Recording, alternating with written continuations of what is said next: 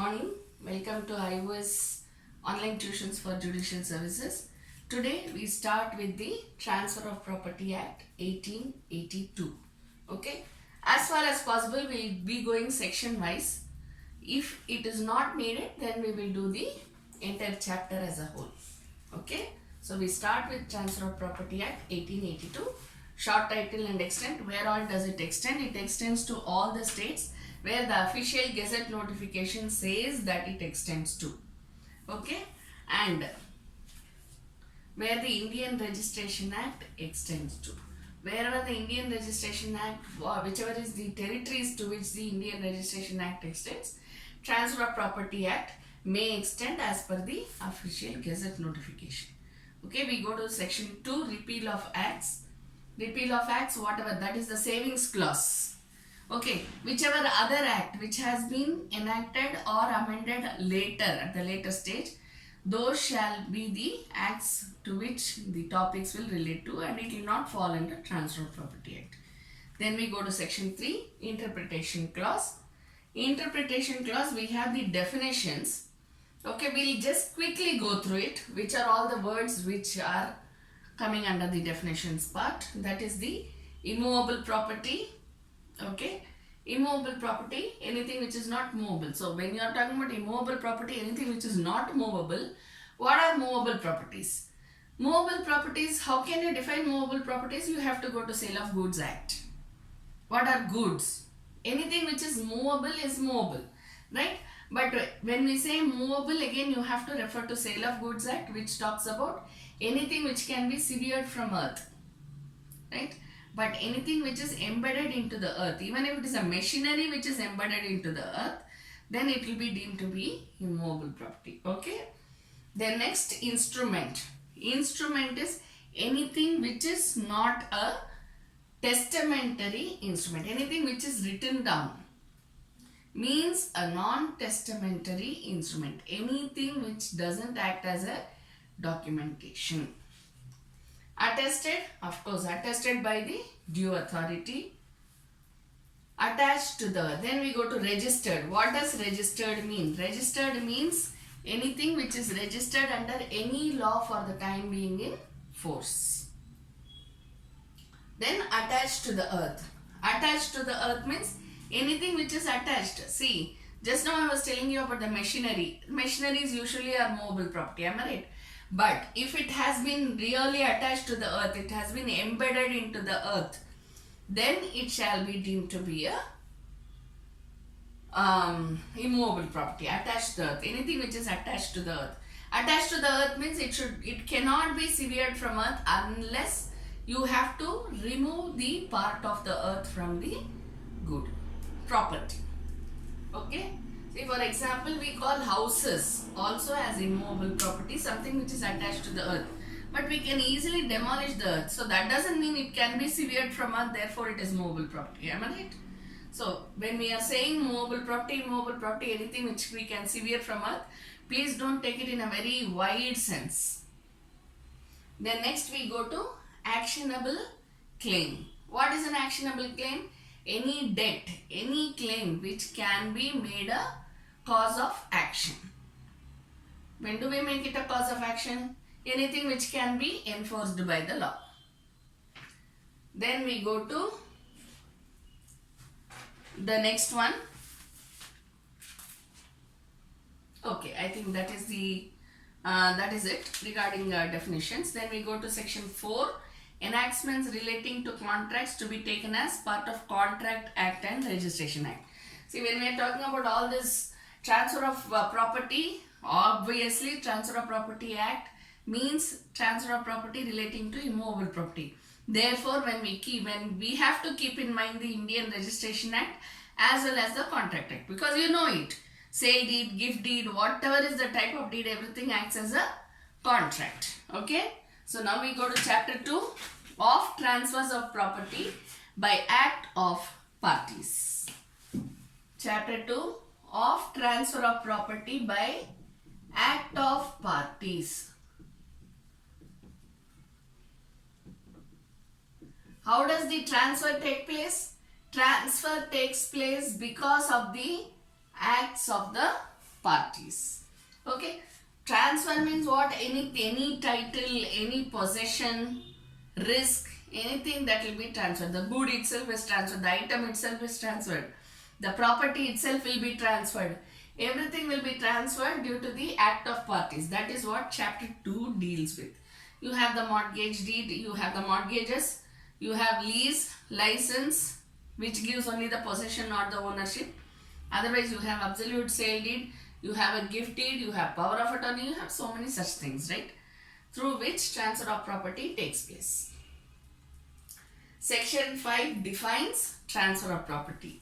What does it say? Transfer of property means an act by which a living person conveys property in present or in future to one or more other living persons, or to himself or to one or more other living persons, and to transfer property is to perform such act. So what is the main criteria over here is living person.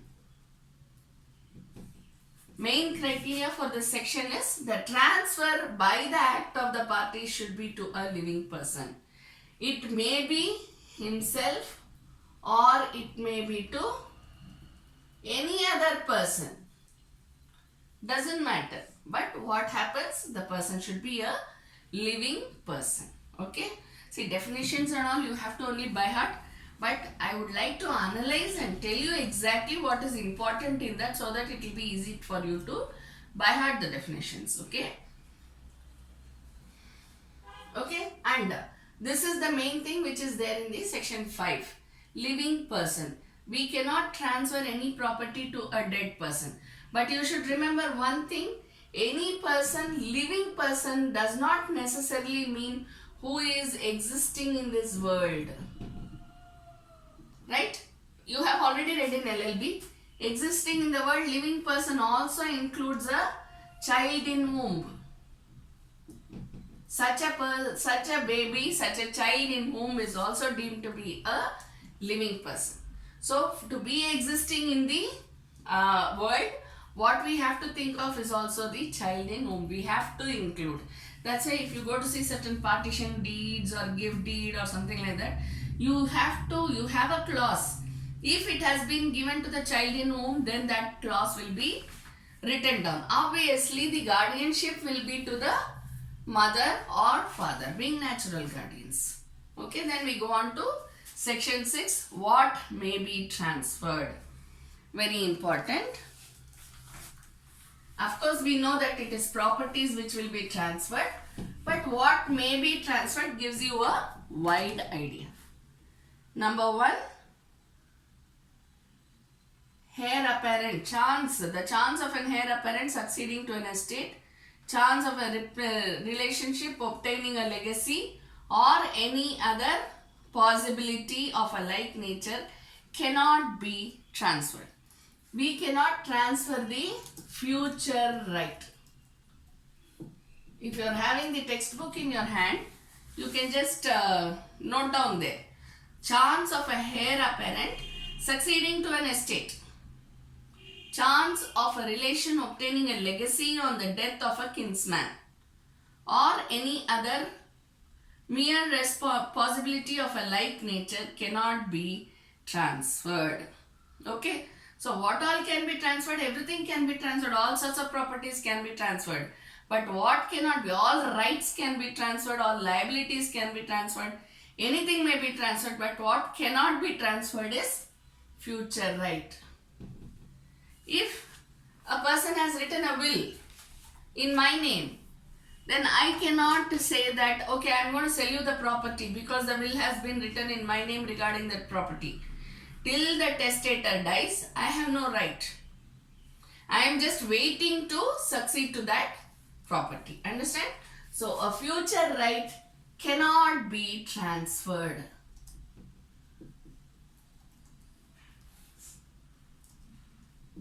Number 2. An easement cannot be transferred. We know this, right?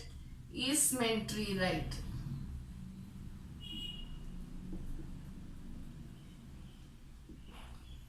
See, suppose I am a tenant in a house and I have the right of passage to certain, to a particular gate and then go to and fro, right? So I cannot transfer that just because I have an easementary right, even if I'm the owner of it, I cannot transfer the easementary right to some other person. If you would have noticed, some of the people, what they do is they give their parking lot on rent to somebody else. Actually that is not correct, right? But they do it. So easementary right is a right which is attached to the property. It is not a separate right. Even though it is hence easementary right cannot be transferred. Understand? Right to passage, air, light, am I right? So all these cannot be transferred to anybody else. Number 3, all interest in property restricted in its enjoyment to the owner personally cannot be transferred. Any restricted rights of enjoyment which is personal in nature, mind you, restricted rights of enjoyment which is personal in nature cannot be transferred. What do you mean by restricted right? Even though the person is the owner, just now I gave you the example of easementary right of an owner. Owner has all the rights to enjoy easementary rights, am I right? But just because he has all the rights to enjoy the easementary rights, he cannot transfer it. Why? Because it is personal in nature. Number 1. It is restricted. Number 2. Why is it so? Because it is personal in nature, so therefore it is a personal right. It is a restricted right. That means what? You have read in Constitution. What is Constitution? Freedom at arm's length. Right? Just because I have the freedom to do so many things, I cannot go around harassing all the others. So what we call it as freedom at arm's length. Rights at arm's length. Same way, where there is a restricted right, that right cannot be transferred to the any other person. Okay? Then next one. A right to future maintenance. Again, we go back to the first one, what we have read.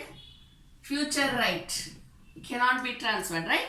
So, future maintenance right. Right to future maintenance obviously cannot be transferred. See, why? Because it is not existing.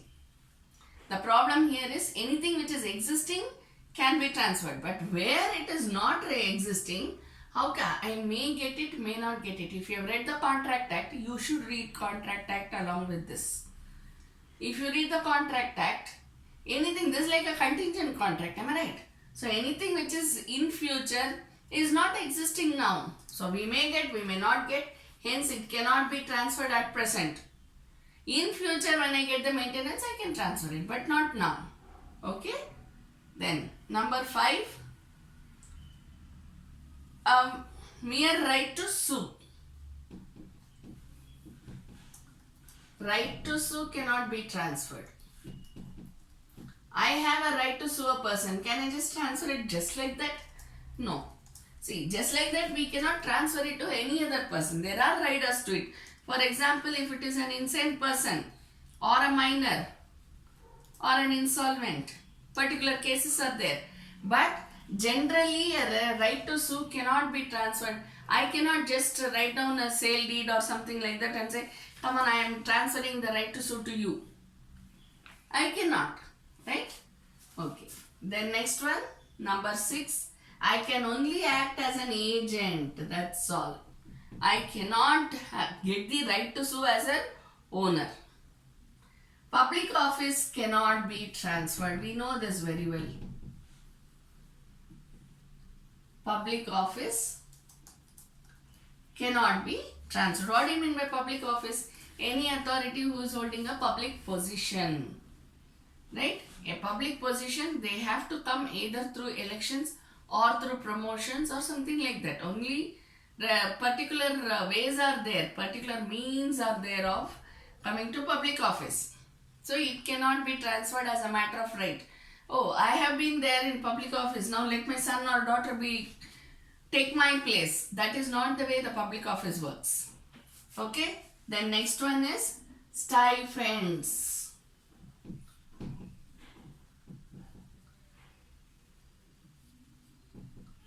Stipends to military, naval, air force and civil pensioners of the government and political pensions. Stipend for defense personnel,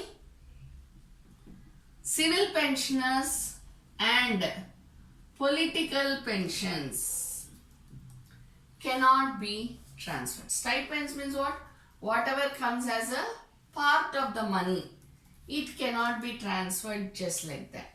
We have specific situations in which it is transferred, but stipends can never be transferred. Okay, then next one.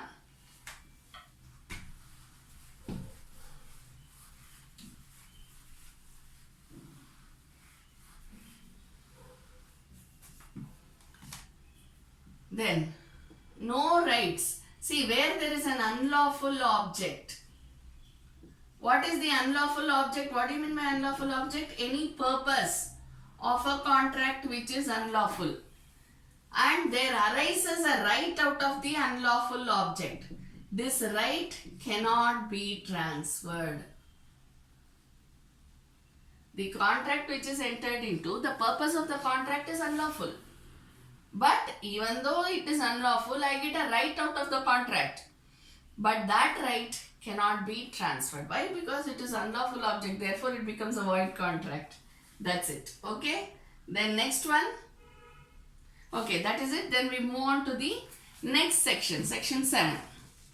Persons competent to transfer. Who is competent to transfer?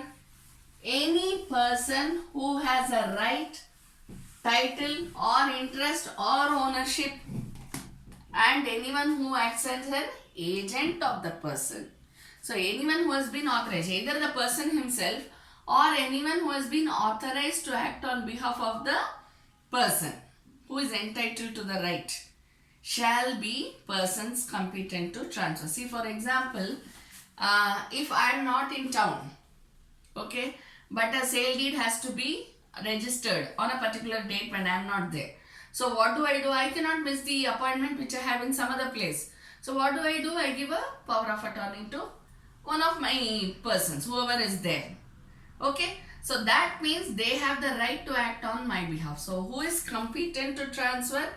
Apart from competency of parties which we read in Contract Act, what you have to remember is either the party himself or his authorized agent has the right to competent to transfer. Then we go to section 8. Operation of transfer. Operation of transfer means what? When does the transfer take place? When does it take place? What is it? Unless a different intention is expressed or implied, transfer passes forthwith to the transferee all the interests. So how does it get transferred? All the interests are transferred. We have read it in sale of goods, right? In sale of goods, what do we read? Goods gets transferred, ownership gets transferred, risk gets transferred, possession gets transferred. Am I right? These are the 4 things which we read in Sale of Goods Act. Same way, here what do we see? All the interest in the goods and the property gets transferred to the transferee. Okay? So, and then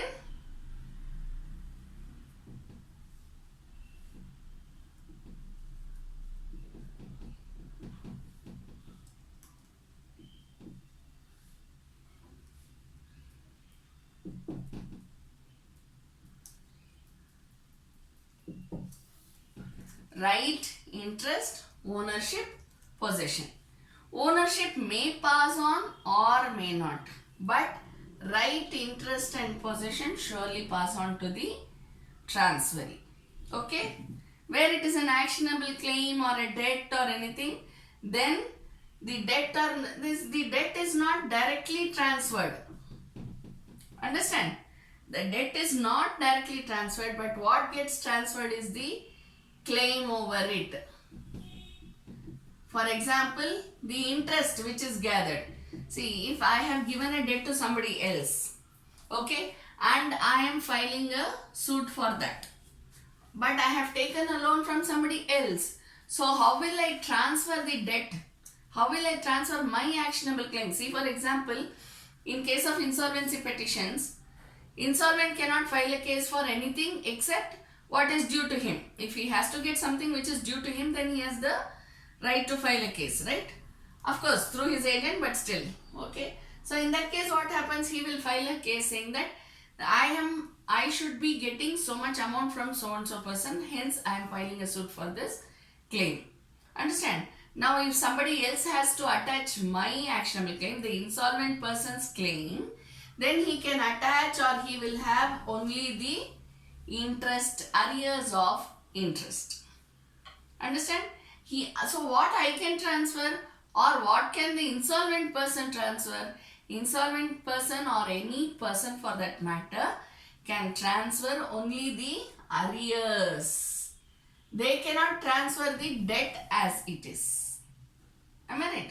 They can only transfer the arrears which will be due. Okay, then section 9, oral transfer.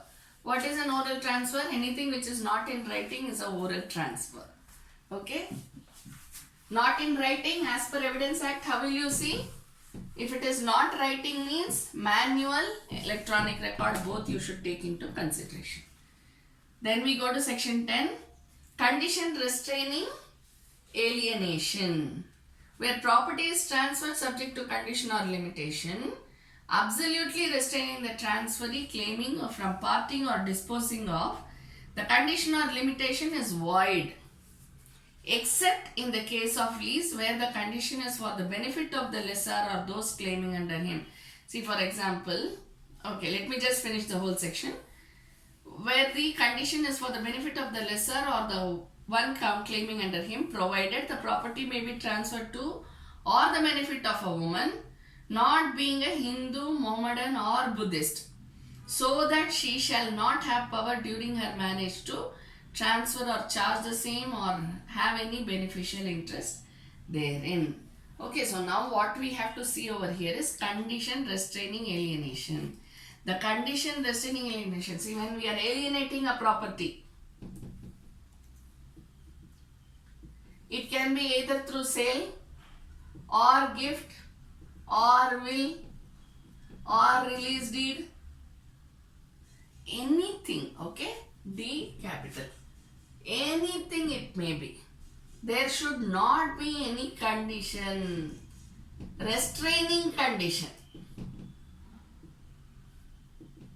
Condition restraining transfer. Understand? There should not be any condition restraining. See, if I am getting a property from, say for example, A is giving a property to B, and A says, you shall not do this, you shall not do this, you shall not do this.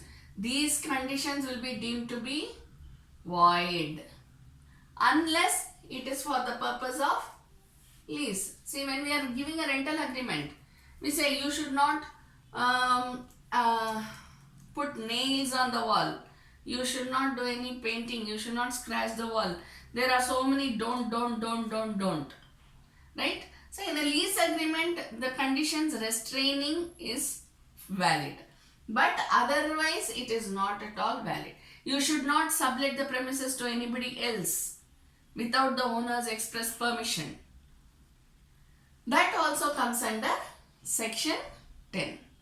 Okay? Thank you.